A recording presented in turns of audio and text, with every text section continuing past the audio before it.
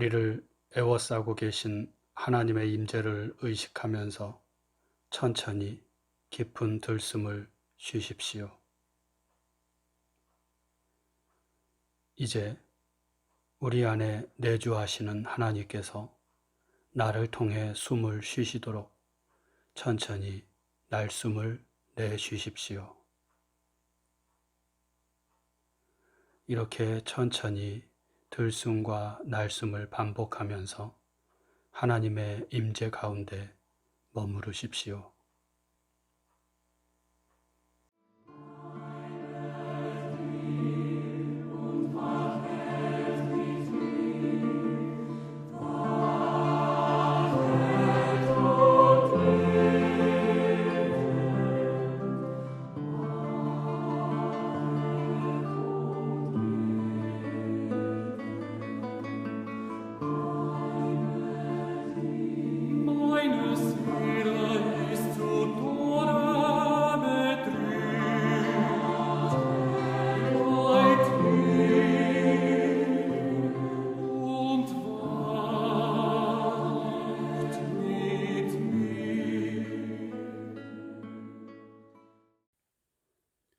오늘 우리에게 주시는 하나님 말씀은 누가복음 10장 25절에서 37절 말씀입니다. 이제 낭독합니다. 하나님 말씀에 경청하십시오. 어떤 율법교사가 일어나 예수를 시험하여 이르되, 선생님, 내가 무엇을 하여야 영생을 얻으리이까? 예수께서 이르시되, 율법에 무엇이라 기록되었으며 네가 어떻게 읽느냐? 대답하여 이르되, 네 마음을 다하며 목숨을 다하며 힘을 다하며 뜻을 다하여 주 너의 하나님을 사랑하고 또한 내 이웃을 내 자신같이 사랑하라 하였나이다. 예수께서 이르시되, 네 대답이 옳도다. 이를 행하라. 그러면 살리라 하시니, 그 사람이 자기를 옳게 보이려고 예수께 여짜오되, 그러면 내 이웃이 누구니이까? 예수께서 대답하여 이르시되, 어떤 사람이 예루살렘에서 여리고로 내려가다가 강도를 만나매 강도들이 그 옷을 벗기고 때려 거의 죽은 것을 버리고 갔더라.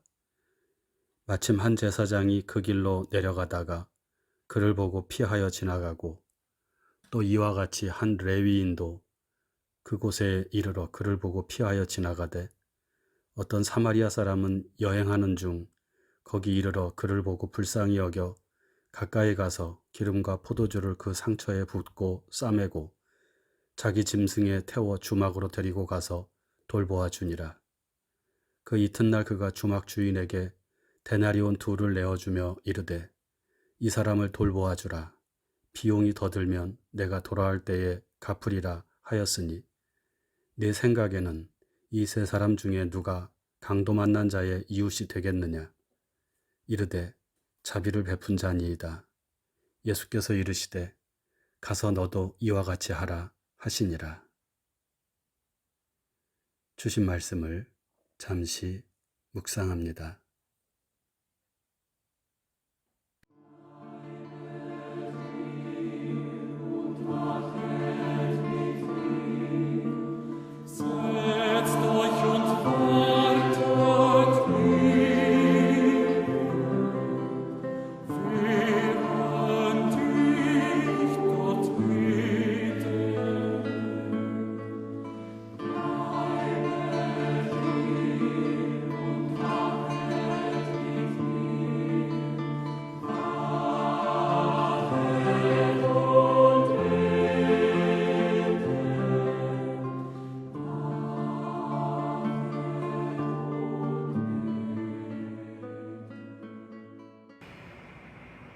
한 율법교사가 예수께 물었습니다.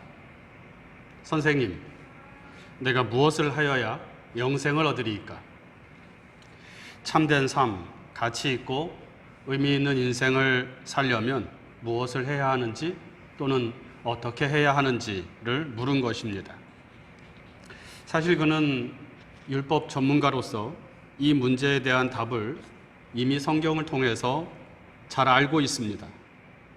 그럼에도 불구하고 이 영생의 문제에 대해서 질문한 것은 예수를 시험하기 위함이었다고 누가는 전합니다. 예수도 자기가 알고 있는 것을 알고 있는지, 만약 대답을 알고 있지 못하다면 많은 사람들 앞에서 망신을 주고 자신의 지식과 의로움을 자랑하려고 했던 것입니다. 하지만 질문을 받은 예수께서는 대답 대신에 오히려 율법교사에게 역으로 질문을 합니다. 율법에 무엇이라 기록되었으며 네가 어떻게 읽느냐? 율법교사는 졸지에 시험을 내는 선생의 입장에서 시험을 치르는 학생의 처지가 되었습니다. 그는 당황스러웠지만 이미 알고 있는 것이기에 대답합니다. 27절 말씀이죠. 대답하여 이르되 내 마음을 다하며 목숨을 다하며 힘을 다하며 뜻을 다하여 주 너의 하나님을 사랑하고 또한 내 이웃을 내 자신같이 사랑하라 하였나이다. 성경 안에서 하나님의 뜻 전체를 포괄할 수 있는 기본 원리를 찾아내고자 하는 시도는 유대교 내에서 끊임없이 이루어져 왔던 일이었고, 예수 당시에는 이 일을 율법 교사와 같은 사람들이 하던 일이었습니다. 사람들은 성경 전체의 가르침을 한마디로 말하면 무엇입니까? 라고 율법 교사들에게 물었고, 율법 교사들은 저마다 이에 대한 대답을 했던 것입니다. 오늘 율법 교사는 성경에 나타난 하나님의 뜻을 신명기 6장 5절과 레위기 19장 18절을 인용하여 대답한 것입니다. 이것은 그의 오랜 동안 성경 연구의 결론일 수도 있겠고, 위대한 스승에게서 비싼 대가를 치르고 배운 것일 수도 있겠습니다. 아마도 그는 이 대답을 통해서 예수 앞에서 자신의 성경에 대한 지식을 자랑하고자 했을 것입니다. 예수께서는 그 대답에 대해 내 대답이 옳다라고 말씀하십니다. 예수께서 너무 쉽게 자신의 말에 동의하자 시험하고자 했던 의도가 무색하게 되었다고 생각할 찰나 이어지는 예수의 대답은 그에게 새로운 충격적인 도전으로 다가옵니다. 이것을 행하라. 그러면 살리라. 예수께서는 영생을 얻는 길은 알고 있는 것을 행하는 데 있다고 말씀하신 것입니다. 사실 이 말씀은 오늘 우리 모두에게도 충격적이고 또한 도전적인 말씀이 아닐 수 없습니다. 굳이 교회에 다니지 않아도 사랑하며 살아가는 것이 좋은 일이다. 그것이 옳은 길이라는 것을 누구나 알고 있습니다. 그러나 우리는 아는 대로 살지 못합니다. 사랑하며 살아야 한다는 것을 알고 있음에도 불구하고 우리는 미워하고 질투합니다. 선함과 의로움 대신에 악함과 죄의 길을 따라 살아갈 때가 너무나도 많습니다. 로마서에서 사도 바울이 한 자기 고백, 내가 원하는 바 선은 행치 아니하고 원치 아니하는 바 악을 행하는도다. 이것이 지금 우리의 모습입니다. 왜 그럴까요? 왜 우리는 하나님의 뜻을 알고 있음에도 불구하고 그 뜻대로 살아가지 못할까요? 아니, 살아가지 않을까요? 저는 뒤 이어지는 선한 사마리아인의 비유에 그 대답이 담겨 있다고 봅니다. 오늘 말씀에서는 예수로부터 아는 대로 행하라 이 말을 들은 율법교사가 다시 예수를 공격하기 위해 그러면 내 이웃이 누굽니까? 라고 물었다고 하는데, 저는 이 질문이 이웃에 대한 질문이라기보다는 아는 대로 행할 수 없는 현실에 대한 지적이라고 보고 싶습니다. 예수 당신은 현실을 너무나 모르고 있다는 것이죠. 아마도 율법교사는 하나님을 사랑하라는 말씀을 지키는 데에는 자신감이 있었는데 이웃을 사랑하라는 것에서는 현실적인 어려움이 많다는 것을 말하고 있는지도 모릅니다. 예수께서 말씀하신 선한 사마리아인의 비유를 함께 살펴봅시다. 어떤 사람이 아마도 유대인이었을 가능성이 높은데요. 그 어떤 사람이 예루살렘에서 여리고로 내려가다가 강도를 만났습니다. 그 길은 원래 강도들의 출현이 잦은 곳이었다고 합니다. 강도 만난 자는 가진 것을 다 빼앗기고 심하게 폭행을 당해서 거의 죽을 지경이 된 채로 길가에 버려졌습니다. 이 사람은 누군가 도와주지 않으면 곧 죽게 될 수 있는 위급한 상황에 처한 것입니다. 그런데 다행스럽게 한 사람이 그 길로 내려가다가 강도 만나 죽게 된 그 사람을 발견합니다. 더 다행스러운 것은 그 사람은 유대인들 중에서도 하나님을 가장 잘 섬기고 하나님의 뜻이 하나님을 사랑하고 이웃을 사랑하는 것임을 잘 알고 있는 제사장이었습니다. 요즘 말로 하면 목사님 정도 되는 사람이겠죠. 누군가 그 상황을 지켜보고 있었다면 야, 다행이다. 제사장에게 발견되었으니 저 강도 만난 자는 이제 살았네 라고 했을 것입니다. 하지만 이러한 기대와는 달리 그 제사장은 황급히 그 자리를 떠나서 지나갑니다. 희망이 절망으로 바뀐 상황에서 또 한 사람이 그 길을 지나가는데 이번에는 레위인이었습니다. 요즘으로 말하면 교회의 장로님이나 권사님 정도 되는 인물입니다.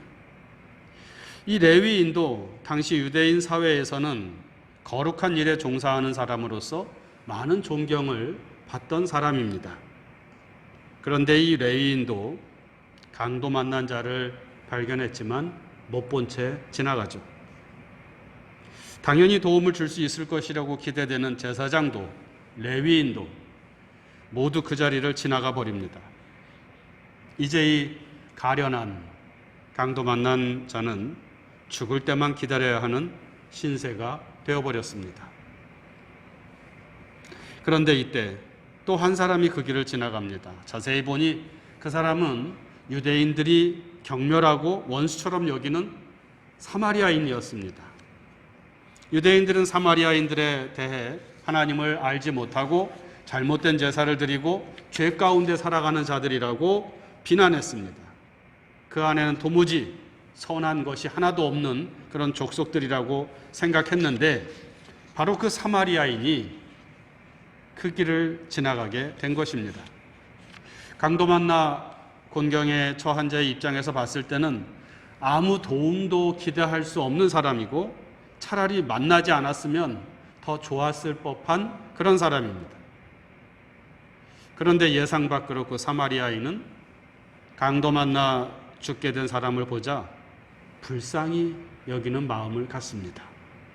그리고 34절에서 35절 가까이 가서 기름과 포도주를 그 상처에 붓고 싸매고 자기 짐승에 태워 주막으로 데리고 가서 돌보아 주니라. 그 이튿날 그가 주막 주인에게 데나리온 2를 내어주며 이르되 이 사람을 돌보아 주라.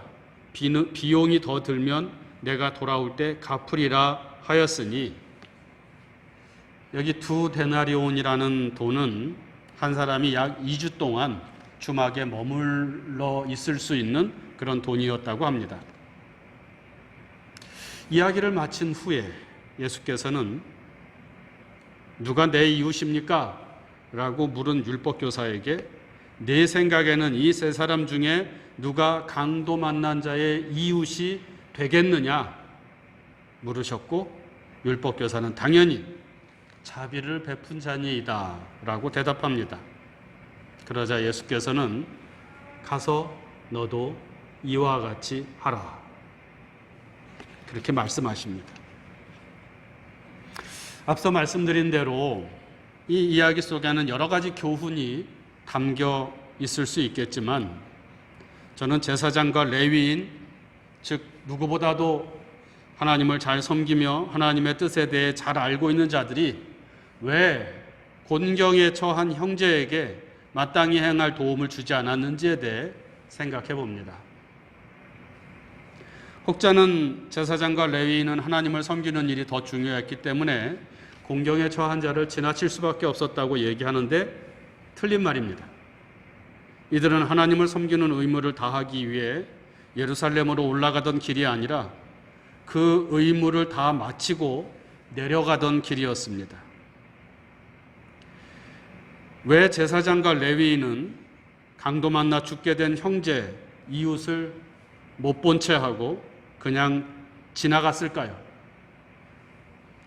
이들은 왜 이웃을 내 몸처럼 사랑하라는 하나님의 말씀을 알고 있었음에도 불구하고 또한 그것이 하나님을 사랑하는 자의 마땅한 도리임을 알고 있음에도 불구하고 실천하지 않았던 것일까요?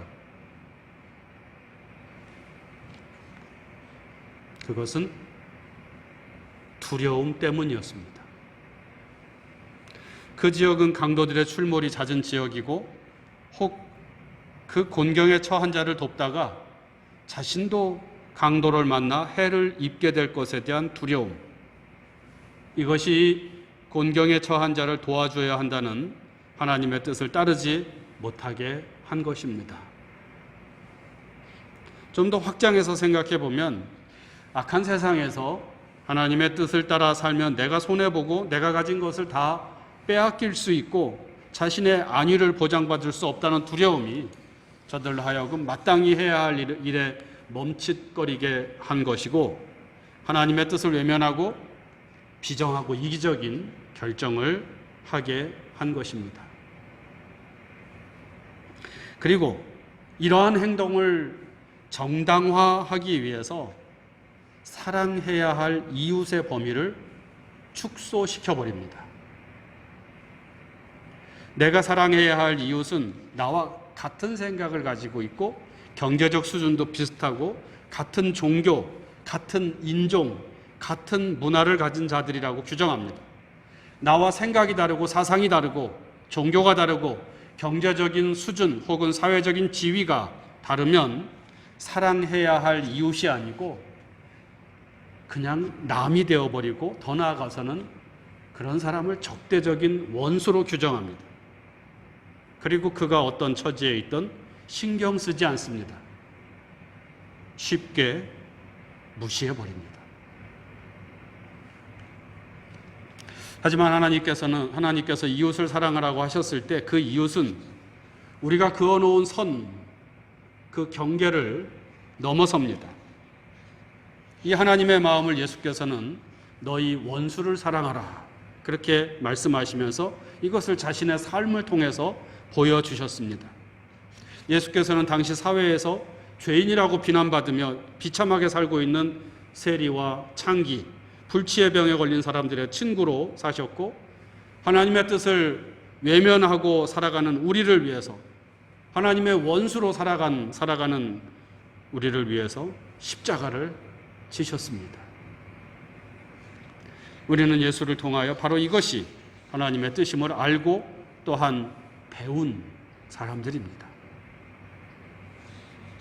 그런데도 우리는 율법교사처럼 그리고 오늘 말씀의 제사장과 레위인처럼 자신의 욕망과 안위 때문에 마땅히 해야 할 일을 뒤로 미루며 살고 있지는 않습니까?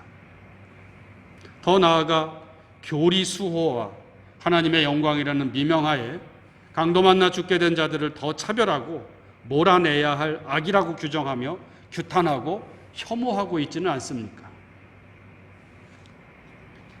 나와 생각이나 삶의 방식이 다르다고 적으로 규정하고 죄인으로 몰아붙이는 일을 교회가 앞장서서 행하고 있습니다. 다른 신앙을 가진 이들에 대해 우리는 너무나도 적대적인 감정에 포로가 되어 살아가고 있습니다. 그래서 사람들은 우리 그리스도인들을 가장 배타적인 집단이라고 말합니다. 하나님께서는 그리고 우리 주님이신 예수께서는 원수까지도 사랑하라고 하셨는데 그렇게 모든 이들을 포용하는 것을 사랑이라고 말씀하셨는데 정작 하나님을 믿고 주님을 따른다고 하는 우리는 오늘 말씀에 나오는 제사장과 레위인 같이 행동합니다. 나와 조금만 다르다고 하더라도 이단으로 규정하고 이웃에 대한 차별, 분노와 증오를 마치 진리를 수호하는 열정인 양 착각하며 살아가고 있습니다. 오늘의 비유의 말씀에서 주목해야 할 것은 강도 만난 자의 이웃이 되어준 그 선한 일을 한 사람이 유대인들이 그토록 증오하면서 혐오하던 사마리아인이었다는 사실입니다. 유대인들 입장에서는 있을 수 없는 일입니다. 말도 되지 않는 것이죠. 아마 이 당시에 비유를 듣고 있는 사람들, 그들이 다 유대인이었을 것으로 보이는데 이 유대인들은 분노하며 예수를 향해 돌을 던지려고 했을지도 모릅니다. 만약 예수께서 오늘날 우리에게 오셔서 너희가 사랑해야 할 이웃은 너희를 사랑하는 자들만이 아니라 너희와 비슷한 부류의 사람들만이 아니라 너희의 원수들이고 요즘 말하는 동성애자들이고 불교, 우리와 다른 종교를 가지고 있는 불교인이나 카톨릭 신자라고 그렇게 말한다면, 또 너희가 사랑해야 할 이웃은 휴전선을 들고 70년 넘게 대치하고 있는 북한의 사람들이라고 말한다면 여러분은 어떻게 대답하시겠습니까? 아멘 하고 주님의 말씀에 따르겠습니까? 아니면 그 옛날 유대인들처럼 돌을 들어 치려고 했을까요? 주님께서는 선한 사마리아인의 비유를 통하여 오늘 우리에게 말씀하십니다. 너희 원수를 사랑하라.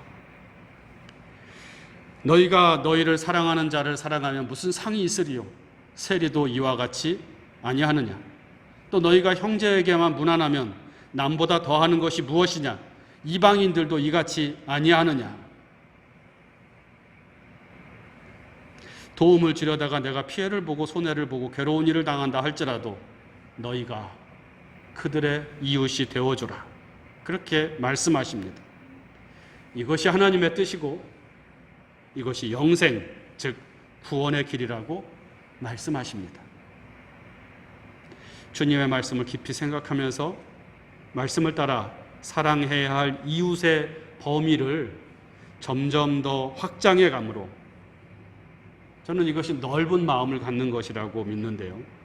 영원한 생명을 얻고 진리 안에 거하는 저와 여러분이 되기를 바랍니다. 말씀을 아는 데서 그치는 것이 아니라 실천함으로 천국을 사는 그런 사람들이 되기를 바랍니다. 묵상합니다.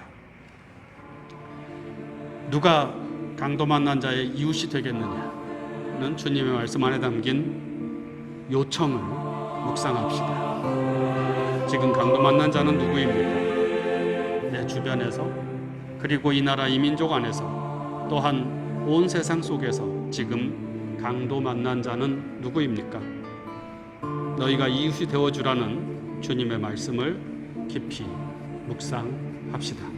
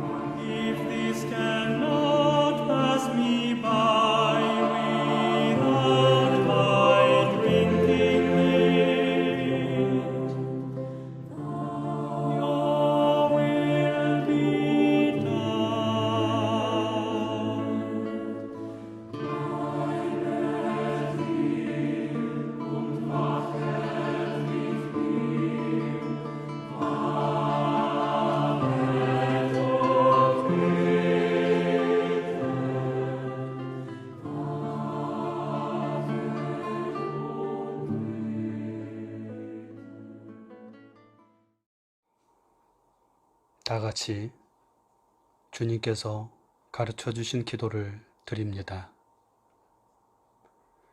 하늘에 계신 우리 아버지, 아버지의 이름을 거룩하게 하시며 아버지의 나라가 오게 하시며 아버지의 뜻이 하늘에서와 같이 땅에서도 이루어지게 하소서.